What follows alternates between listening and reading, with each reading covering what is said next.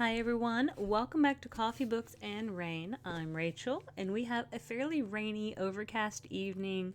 We've got a cup of mint tea. I know I am absolutely off script with not having my coffee, but I had plenty of it earlier today, so I feel like this evening, let me wind down with a little bit of mint tea. Now on Saturdays, especially when I record on Saturdays, I'll be drinking coffee till who knows what time because nobody tells me nothing. I try to tell myself to be good when I can. But I wanted to tell you guys that an author reached out to me, and his name is Timothy Stormcrow. I am not recording this episode yet. I just wanted to say thank you to him for asking me to be a reader of his book, and then he sent me a copy. So just this book will be reviewed and probably in the next week or so.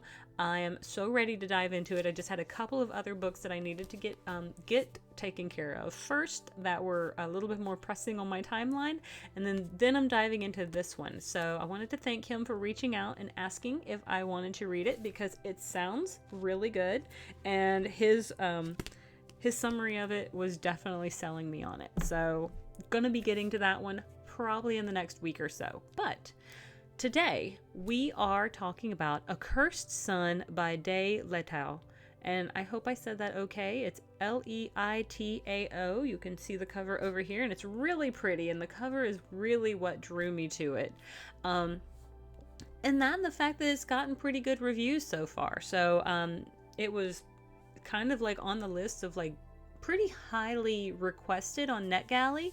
And I don't always click on those. I don't always like gravitate towards those, but I was feeling something a little bit different.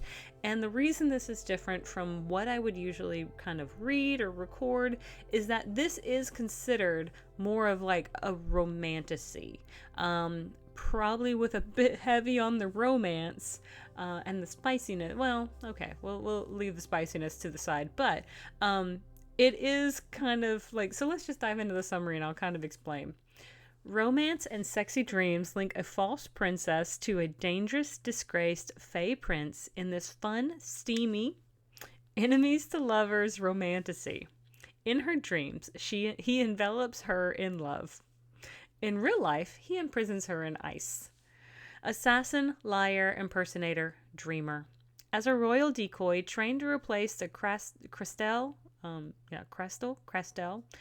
princess, even in a political marriage, Astra's life is not her own. With a duty like that, how can she dream about love? And yet, she knows she has a kindred soul.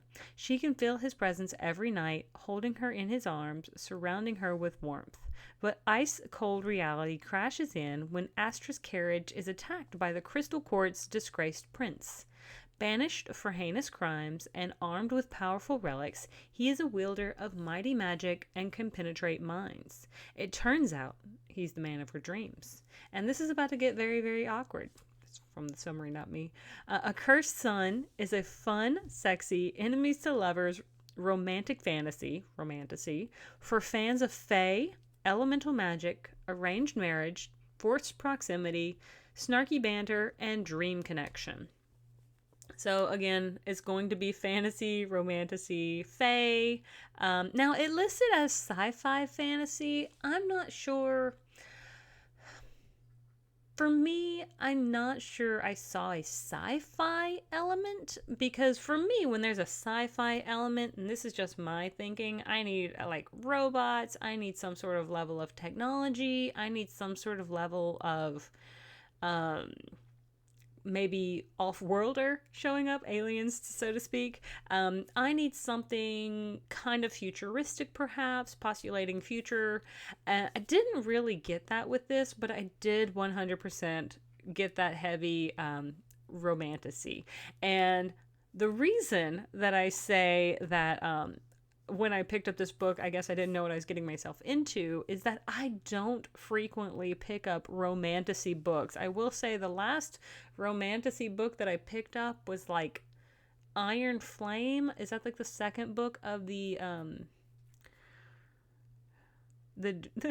I know, I sound like, because Onyx Storm is being covered so much by probably so many other people, I'm probably not going to review it on my channel in the near future. Why? Because enough people are already doing it, and I want to try to highlight books that maybe don't get always as much recognition, or do actually like fit into some of my favorite authors. So, unless people really ask me for Onyx Storm, I'm probably not picking up that book right now.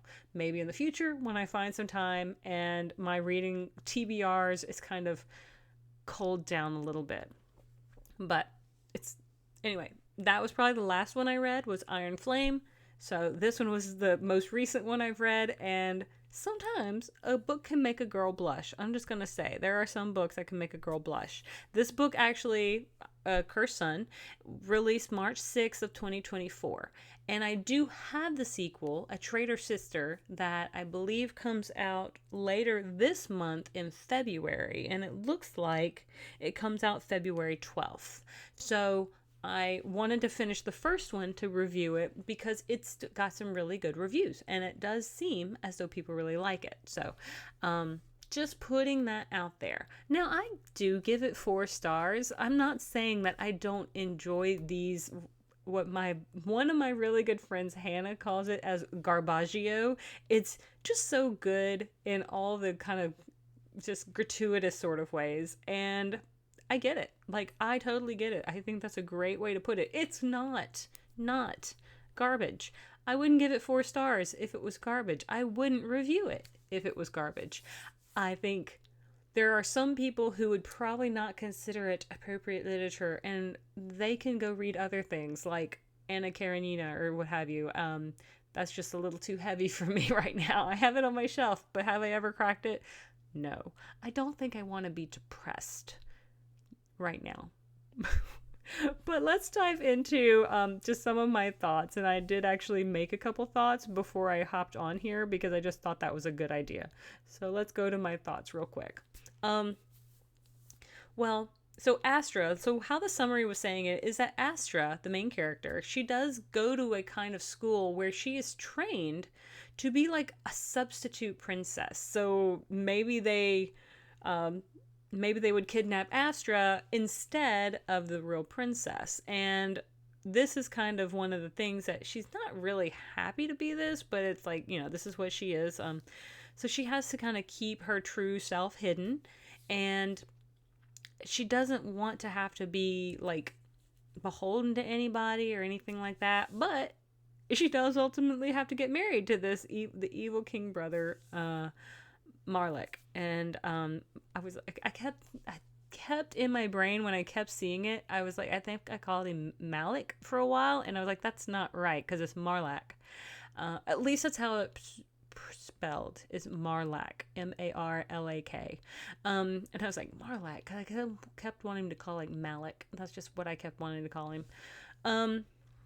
But it is a pretty good character-driven story, although I found it kind of hard at times to bond with the character, so to speak. And I'm not saying that in any sort of negative way, but sometimes I like to feel some sort of understanding or connection to what drives the characters. And I guess I was able to read the story and enjoy the story, but had that pretty distinct separation between her versus me. Whereas in one of my previous books that I just recently recorded, the Underwood tapes, I felt like I could put myself into the main character's shoes and kind of, I don't want to say experience the story from her perspective in a way, but empathize with her on a deeper level than I do with Astra. Now, that may or may not have something to do with the fact that it's like this romantasy, like romance fantasy sort of thing. I don't really know. But for me, again, not a negative, just like that's what I was feeling. And I think you get to learn a lot about the stories through like the background talking, like, just discovering their backgrounds and stuff like that. And I didn't think there's no like big huge plot twist that like surprised me. There's kind of like this main storyline. You have the traditional arc of things go and then they come back down, and they're pretty good. Now apparently, oh well, I'm not going to say apparently, but it is clearly the first in a series because A Traitor Sister is coming out fairly soon, and I will probably release that episode once I read it towards the end of this month, even though I think it's supposed to be released somewhere like the 12th. I have a couple other things I need to get taken care of before that. And I do feel like the author, this is, I don't know if this is her debut novel, but it did feel a little rough around the edges and maybe could have used a once more over with some editing for some fine tuning on maybe making some of the wording a little less casual. I do feel like when you've got a romantasy situation, it's really great to kind of stay in the moment of whatever period you're writing about. And especially with this sort of romantasy, this fae romance situation, um, I guess there was just a little bit of casual comments and stuff that didn't feel authentic to the characters in this particular setting. And that's probably like my biggest critique. That's probably why I give it 4 stars instead of the 5, is because even though I did enjoy it and I am going to read the second book, I do also look forward to seeing her grow as a writer and hope that she has a really good editing team that also helps continue to help her grow as a writer. I think those are some of just my inner thoughts. This one particular person, and I just made a note, they said that it's like Astra's inner thoughts were constantly just full of questions. And then they said it also felt like an excuse not to answer the questions. So I want to say this particular reviewer, her name is Line, Line. And I just happened to pull it up because there are a lot of 5 stars reviews for this. But this person really took the time to create like this very large review, which broke it down in a lot of great ways. And I love to kind of highlight that when someone's not negative to just be negative, they are negative in order to kind of be constructive. And I think that's what this person really did, is because I did read a few of these actually while I was at work and kind of getting my brain together on what I was going to be recording tonight. And honestly, I agreed with some of the things she said, but I did think I probably was more entertained than maybe she was. Like this person, I think, gave it 2, if not 3 stars, where, again, I was very entertained by the end of it, but I also felt like I could see this writer growing in some really great ways. Now, it is a really pretty good enemies to lovers stories. I think the tension between Astra and Marlac was pretty good. Am I always a big fan of like dreams and then real life and like making dreams reality sort of thing? I guess it really depends. Sometimes dream sequences like that take a bit of finessing, and I mean, everybody kind of, I mean, I assume, I don't know, maybe I'm going to out myself, but everybody has like daydreams and fantasies, right? But I don't know if that helped to bond me with Astra in the Marlac situation or what. But I think Marlac is softer than, like, at least especially towards Astra, than he really presents at the beginning. And I do think this book could be great for the right audience. Am I the right audience? Maybe not. This is not my genre that I tend to dwell in. I tend to dwell in a little bit more sci-fi fantasy, high fantasy, books like this one that I think are going to hit me right in the right spots, cozy fantasy. But I'm going to tell you, probably personally, I'm a bit jaded by Romantasy just simply because I don't have the best luck with romance myself, so sometimes reading it in these over-exaggerated manners can really kind of just make me like, that is so not real. That's so not real, you guys. But anyway, that's just my personal thoughts on that. If this sounds like something up your alley, I do hope you'll go out and give it a chance. There are a ton of people who love it, and again, I really liked it. I'm going to read the second one. I have I've given you my constructive criticism on the areas in which I do think the author could help benefit herself in the future, and I'd love to see, and I will love to see how she rolls into book 2, A Traitor Sister. So, with all of that being said, I want to thank you so much for tuning in, for liking and subscribing, and I hope you'll come back when I review Timothy Stormcrow's The Lich Before the Darkness, because I'm pretty excited to get into this. I'm going to start it this weekend because it is actually, I think it's next on my list. I've got one more after the one I'm currently reading. So, once I'm done with the one that I'm currently reading, then I will dive into this one next. But I should be done with the one I'm currently reading by tomorrow, and then I can pick that one up right after it. And that's just how I do it.